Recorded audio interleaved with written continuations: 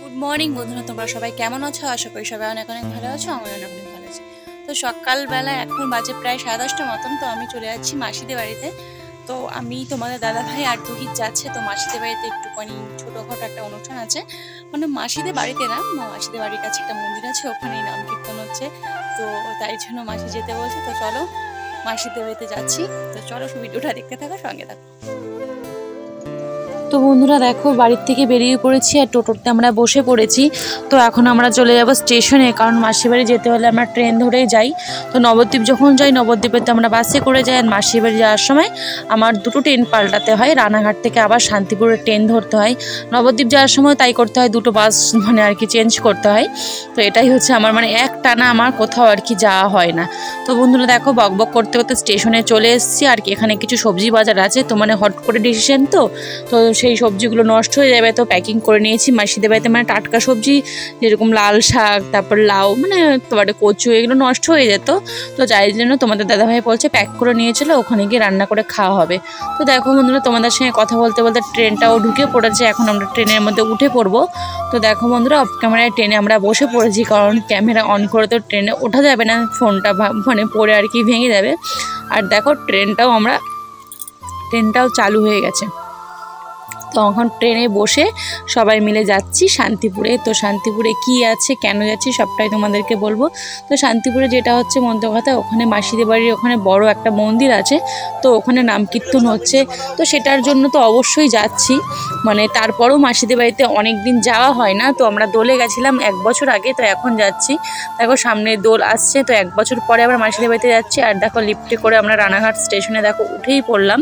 তো এখান থেকে আবার আমরা শান্তিপুরের ট্রেন ধরবো। রানাঘাট থেকে আর কি শান্তিপুর 4-5 স্টেশন, বেশিক্ষণ লাগে না। তো স্টেশনে আমরা বসে আছি, তো ট্রেন ঢুকেছে, ট্রেনের মধ্যে বসে আমরা আছি। আর এখানে দেখো ক্যামেরাটা ধরে আছে তুহিত। তো আমার বাসে ট্রেনে উঠতে আমার খুবই কষ্ট হয়। তোমার দাদাভাইকে যদি বলি বাইক নিয়ে যেতে, তো বাইক নিয়ে তোমার দাদাভাই একদমই বেরাতে চায় না, কেন জানি না। তো তুহিত থাকলে তো বাইক নিয়ে বেরাতেই চায় না। তো ট্রেনের মধ্যে মানে বসে বসে বোরিং হচ্ছিলাম, তো ভালো লাগছে না, মনে হচ্ছে কখন নামবো এরকম লাগছে। তো এই দিকে তো বৌদি বারবার করে ফোন করেই যাচ্ছে, কখন নামবা এরকম একটা ব্যাপার।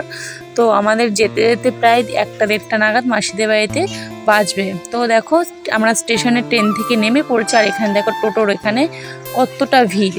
তো এখানে মানে এতটা জ্যামে আটকে গেছি, এখানে কখন বেরাতে পারবো বুঝতে পারছি না।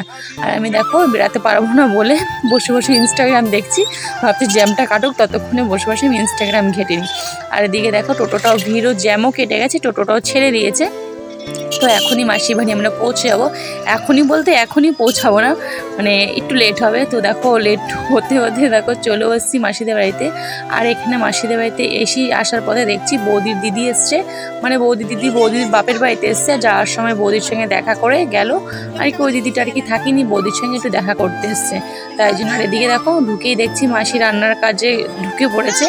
আর এখানে দেখো বিকেলে হয়ে গেছে প্রায় সব বাচ্চারা সাইকেল নিয়ে খেলা করছে। তো আমারও মনে হচ্ছে ওটা সাইকেল চালায়, ওদের সাইকেল চালানো দেখে। আর এটা দেখো আমার পুচকু বাবা, এটা হচ্ছে আমার দাদার ছেলে সায়ন। তো ও দেখো সাইকেল চালাচ্ছে। আর এইদিকে সন্ধ্যের দিকে বৌদি বলছিল চলো একটু মন্দিরের ওই দিক থেকে ফুচকা খাওয়া যাবে। আমি, বৌদি আর তুহিত আর সায়ন আমরা বেরিয়ে পড়েছি তো ফুচকা খাওয়ার জন্য। তো দেখো, তো পাঁপড়ের দোকানে এসেছিলাম, তো পাঁপড় খাবো বলে। তারপরে তো তুহিত সায়ন বলছে পিসিমণি আমি খেলনা নেবো, আর দাদা বলছে খেলনা টালনা পরে হবে, এক কিছু খেয়ে নে তারপরে। আর এইখানে দেখো মন্দিরটার মধ্যে কত সুন্দর নাম কীর্তন হচ্ছে। তো দেখো বাইরের থেকে দাঁড়িয়ে দেখলাম না, ভেতরে দেখো ঢুকে গেলাম। ওই দিকটা কর্নার একটা মন্দির আছে, আর মেন মন্দিরটাও দেখো সব সামনে, সব ওখানে আরতি হচ্ছে, সন্ধ্যা আরতি হচ্ছে নাম কীর্তনের মধ্যে আবার সন্ধ্যা আরতি হচ্ছে। তারপরে ওখানে ঢুকে গেলাম আমরা মন্দিরের ভেতরে। তো এখানে আজকে এতটাই আর কি ভিড়। তো তোমাকে ঠাকুরের মুখটা তোমাদেরকে দাঁড়াও আস্তে আস্তে দেখাচ্ছি। তো চলো বন্ধুরা, আস্তে আস্তে ক্যামেরাটা নিয়ে আস্তে আস্তে এগিয়ে যাই। তো দেখো সামনে সবাই কত লোক বসে আছে আর কত লোক দাঁড়িয়ে আছে। তো চলো ঠাকুরটাকে দেখিয়ে নিই। তো দেখো গোপাল ঠাকুর ওখানে বসে আছে, গোপাল ঠাকুরটাকে কত সুন্দর লাগছে।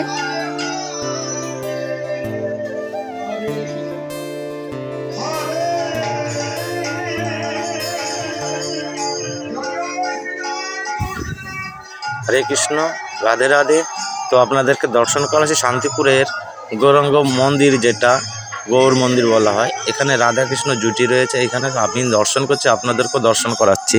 যেটা হচ্ছে অ্যাকচুয়ালি এইখানে যে মন্দিরটা, এটা হচ্ছে অদ্বৈত গোস্বামীর মন্দির। এখানে দেখেছেন প্রভু আমাদের যে 5 জনের নাম করা আছে, শ্রীকৃষ্ণ চৈতন্য, প্রভু নিত্যানন্দ, শ্রী অদ্বৈত গদাধর, সেবাসাদী গৌর ভক্তবৃন্দ।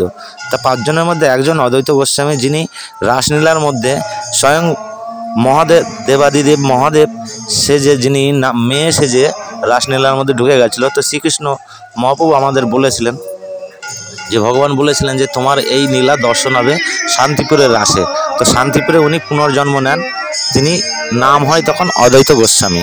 তো ওনার ব্যাপারে তো বললাম, যেটুকু জানি সেটুকুই বললাম। আর এখানে চলছে নাম কীর্তন।